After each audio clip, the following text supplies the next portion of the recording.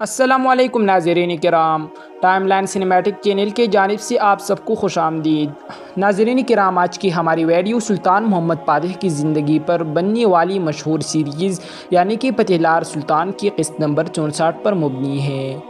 नाज़रीन किराम, हमेशा की तरह फ़तेहलार सुल्तान सीरीज़ ने एक बार फिर ज़बरदस्त क़िस्त पेश की है। इस क़िस्त में हमें सियासत, बहादुरी, खुफिया चालें और नई पॉलिसीज़ देखने को मिलती हैं। अगर मैं ये कहूँ कि अब तक नशर होने वाली अक़सात में से ये क़िस्त टॉप 3 में शामिल है, तो ये बिल्कुल भी गलत नहीं होगा। इस क़िस्त की सबसे बड़ी ख़ास बात यह है कि यह हमें कई अहम तारीख़ी वाक़यात के साथ साथ नई किरदारों की शानदार एंट्री और ज़बरदस्त अदाकारी देखने को मिली।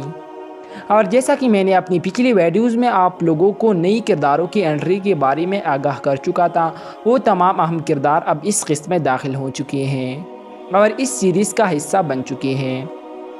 मतलब हमें विलाद और राजू की वालिदा की एंट्री देखने को मिली, शहज़ादी रोज़ की आमद हुई और साथ ही साथ स्टीफन और विलाड ड्रैकुला की दोस्ती को बहुत मजबूत अंदाज में दिखाया गया, जैसे ये रिश्ता बरसों पुराना हो और दोनों को सही कहानी और टाइम दिया गया। नाज़रीन किराम, आज की इस वीडियो में हम इन तमाम किरदारों की मुकम्मल एक्सप्लेनेशन करेंगे और साथ ही साथ इस क़िस्त में पेश आने वाली तारीख़ी वाक़यात पर भी तफसील से बात करेंगे। इसीलिए वीडियो को आखिर तक ज़रूर देखिए और अगर आप चैनल पर नई हैं तो चैनल को सब्सक्राइब करना न भूलिए। नाज़रीन किराम, इस क़िस्त ने अपनी मेहनत का सिला भी हासिल किया है, क्योंकि हमें रेटिंग में वाज़ेह इजाफा देखने को मिला।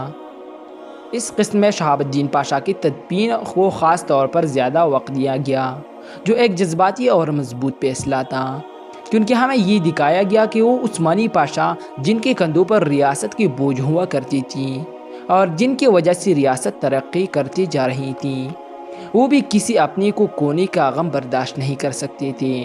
और इन दोनों की दोस्ती को भी बहुत अच्छी सी फिल्माया गया। अगर हम इस पहलू को कुरुलिश उरहान सीरीज़ से मुवाजना करें तो वाज़ेह फ़र्क नज़र आता है। वहाँ उस्मान गाजी जैसी अजीम किरदार की वफ़ात और बुरसा की पथा एक ही किस्में दिखा दी जाती हैं, जबकि फ़तेहलार में किरदारों, सियासत और जज्बात को पूरा टाइम दिया जा रहा है। ये कहना गलत नहीं है कि अगर कुरुलिश उरहान में भी इस तरह का बैलेंस रखा जाता और अदाकारों को बेहतर से बेहतर स्क्रिप्ट और कहानी दी जाती तो वो और ज़्यादा मजबूत सीरीज़ बन सकती थी। और नाज़रीन किराम, मेरी कहने का मतलब ये नहीं है कि कुरुलिश उरहान सीरीज़ बस टाइम पास सीरीज़ है, बल्कि वो भी अच्छा सीरीज़ है, लेकिन वह किसी भी किरदार को बेहतरीन कहानी और टाइम नहीं दिया जा रहा बग़ैर प्रोड्यूसर और फातिमा की। इसीलिए इसके रेटिंग में रोज़ बरोज़ कमी देखने को मिल रही है, जबकि फ़तेहलार सुल्तान सीरीज़ के अक़सात के रेटिंग में रोज़ बरोज़ इजाफा हो रहा है। नाज़रीन किराम, शहाबुद्दीन पाशा की शहादत तुर्क तारीख़ी सीरीज़ की अब तक की सबसे दर्दनाक शहादतों में से एक है। इसके अलावा इसी क़िस्त में स्टीफन और विलाड ड्रैकुला की कई अहम सीन्स दिखाई गई हैं, जिनमें विलाद को ख़ास तौर पर मरकज़ी किरदार के तौर पर उभारा गया और साथ ही साथ स्टीफन तोमासिच को भी अच्छा स्क्रीन टाइम मिला। अगर हम इस क़िस्त में सबसे ज़्यादा स्क्रीन टाइम पाने वाली किरदार की बात करें तो वो बिलाशुबा विलाड ड्रैकुला हैं। इसी ने अपनी चालाकी और मनसूबाबंदी से एक उस्मानी पाशा यानी बहादुर पाशा को धोखा दिया और एक बार फिर सुल्तान मोहम्मद पातह की नज़र में अपना एतमाद बहाल कर लिया। हालांकि सुल्तान ने अपनी चाल से सच तो जान लिया, लेकिन विलाद का मंसूबा कोई आम मंसूबा नहीं था और यहाँ तक कि शहज़ादी रोज़ को भी इसने धोखा दिया। तारीख़ी तौर पर भी विलाड ड्रैकुला एक ताकतवर और खौफनाक किरदार रहा है और इसीलिए सीरीज़ में इसे वो वक्त दिया जा रहा है जिसका वो हकदार है। यही वजह है कि सुल्तान मोहम्मद पातह पर बनी ये सीरीज़ आज हम सबकी पसंदीदा सीरीज़ बन चुकी है। और नाज़रीन किराम, रादू द हैंडसम को भी इस क़िस्त में भरपूर वक्त दिया गया। इसकी सियासत, जहानत और अंदरूनी कशमकश को तारीख़ी अंदाज में दिखाया गया है। अगरचे वो अपनी माँ के सामने ख़ुद को छुपाए रखता है, मगर दिल ही दिल में सुल्तान मोहम्मद पातह का साथ देने का फैसला कर चुका है और सुल्तान मोहम्मद पातह के साथ देने के लिए वो वालाचिया के जागीरदारों को अपनी साथ देने के लिए कहता है और इन्हें कहता है कि विलाद को हराने के लिए मेरे साथ दो। और इस सब की वजह यह है कि रादू उस्मानी तरबियत पाकर रहमदिल और हिकमत पसंद इंसान बन चुका है और यही तारीख़ भी बताती है कि रादू अपनी रहमदिली की वजह से रादू द हैंडसम पर मशहूर है। اور جہاں تک بات ولاد کی ہے تو اپنی سپاکی کی وجہ سے وہ عثمانیہ تربیت سے محروم رہ کر قید میں زندگی گزارنے والا ایک سپاک اور ظالم انسان تھا۔ اسی قسم ولاد اور رادو کی والدہ کی انٹری بھی دکھائی گئی ہیں۔ تاریخی طور پر وہ سلطان محمد فاتح کے قریب تھیں اور سلطان کے ساتھ تھیں، لیکن سیریز نے اسے ولاد کے ساتھ دکھایا جا رہا ہے۔ لیکن اب دیکھنا یہ ہے کہ سیریز تاریخ کو کس حد تک فالو کرتی ہیں۔ لیکن اگر سیریز تھوڑا سا ڈرامائی رخ اختیار کرے اور تاریخ نہ دکھائے تو اس سے رادو کا کردار اور بھی مضبوط بن سکتا ہے اور مداحوں کی دلوں میں اپنا جگہ بنا سکتا ہے، کیونکہ ولاد صرف اپنی بائی کا سامنا نہیں بلکہ افلاق کی فوج کی کمانڈر یعنی اپنی ماں کا سامنا بھی کرے گا۔ اس طرح ناظرین کرام، بہادر پاشا کی بہادری بھی اس قسط کا خاص حصہ تھی۔ شہاب الدین پاشا کی شہادت کے بعد اس کا انتقام لینے کا اعلان ایک بہت طاقتور سین تھا۔ اسی طرح اکنجی لشکر کو بھی بہادر پاشا کی قیادت میں دوبارہ خطرناک انداز میں دکھایا گیا، جو کہ سیزن 2 کے بعد ہمیں نہیں دکھایا گیا تھا۔ اس کے علاوہ ناظرین کرام، محمود پاشا کی سینز میں ہمیں اعلیٰ درجے کی سیاست دیکھنے کو ملی۔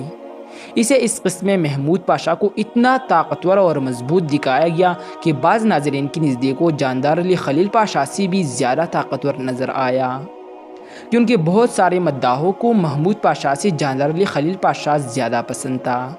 لیکن محمود پاشا نے صاف کہہ دیا کہ جاندار علی ہارا گیا کیونکہ اس کے مقابلے کی شیر ریاست میں موجود تھی، لیکن مجھے ہرانے کے لیے ریاست میں کوئی شیر ہی موجود نہیں، لیکن تاریخ کی حساب سے اسے ہرانے والا شیر سلطان محمد فاتح تھا۔ خیر، تاریخی بات ہے، کسی اور ویڈیو میں ایکسپلین کریں گے، کیونکہ اس ویڈیو میں محمود پاشا کی موت کی تاریخ کو کور کرنا ممکن ہی نہیں۔ اور ناظرین کرام، سلطان محمد فاتح کا گلشاہ خاتون کو حرم کا ملکہ بنانا سلطان محمد فاتح کی انصاف اور توازن کی ایک خوبصورت مثال تھی، جو اس قسم میں ہمیں دکھائی گئی، اور اس طرح اگلے قسم میں ہمیں دکھایا جائے گا کہ حرم کی ملکہ بننا اتنا آسان نہیں، بلکہ اس کے لیے اپنی ذہانت اور وقت کا قربانی دینی پڑتی ہے، کیونکہ عثمانی حرم کی خواتین صرف پردے تک محدود نہیں تھیں، وہ سلطنت کی سیاست پر اثر رکھتی تھیں۔ والدہ سلطان وزیروں کی تقرری تک شامل ہوتی تھیں۔ کچھ خواتین سفارتی پیغامات اور خفیہ رابطوں کا ذریعہ بنی، جیسا کہ مارا خاتون کئی بار اپنے باس کے پار سبیر بن کر جاتی تھی۔ ان کے پاس زمین اور خیراتی ادارے تھیں۔ اس کے علاوہ حرم کی خواتین اعلیٰ تعلیم، ذہانت اور حکمت عملی میں ماہر تھیں۔ حرم ایک رہائش نہیں، طاقت کا مرکز تھا۔ خیر، انشاءاللہ ان کو ہم کسی اور ویڈیو میں تفصیل سے کور کریں گے۔ اور اس کے علاوہ اسی قسم میں سلطان کا ینیچری لٹ جانا اور وہاں فتنہ ختم کرنا ایک تاریخی اور یادگار سین تھا، جو اس قسط کا سب سے مضبوط لمحہ بھی ثابت ہوا۔ تاریخی طور پر ینیچری لشکر اتنا طاقتور تھا کہ سلطان کی زندگی بھی ان پر منحصر ہو سکتی تھی، مطلب اگر ان کی طرف سے کسی قسم کا فتنہ جنم لیتا تو سلطان کو لیے اسے ہینڈل کرنا ناممکن ہوتا تھا، یہاں تک کہ کئی سلاطین ینیچریوں کی وجہ سے مارے گئی تھی، اور سیریز نے اس حقیقت کو بہترین انداز میں پیش کیا ہے۔ مطلب پہلے سیزن میں سلطان کی معزولی، سلطان محمد فاتح کا جنگ سے پہلے ینیچری گلڈ میں جا کر جنگ کی تیاری کرنا وغیرہ۔ آخر میں ناظرین کرام، ملکہ کترینہ کا کردار بھی ایک بار پھر انتہائی طاقتور دکھایا گیا، جو اپنے مقصد کے لیے اپنی بیٹی یعنی شہزادی روز تک کو قربان کرنے پر تیار ہے۔ یہ کردار آنے والے اقساط میں مزید خطرناک ثابت ہونے والا ہے، اور اس کی تاریخ پر میں نے اپنی ایک ویڈیو اپلوڈ کی ہے، میرے چینل کے پلے لسٹ میں جا کر دیکھ سکتے ہیں۔ ناظرین کرام، اسی قسم دراون کا بھی خاتمہ کیا گیا، جس کا ذکر میں نے پہلی اپنی ویڈیو میں کر چکا تھا۔ تو ناظرین کرام، یہ تھی آج کی ہماری ویڈیو۔ انشاءاللہ کل ایک نئی ویڈیو کے ساتھ دوبارہ ملاقات ہوگی، تب تک خوش رہیے، آباد رہیے اور کامیاب رہیے۔ میری ویڈیو دیکھنے کا بہت بہت شکریہ۔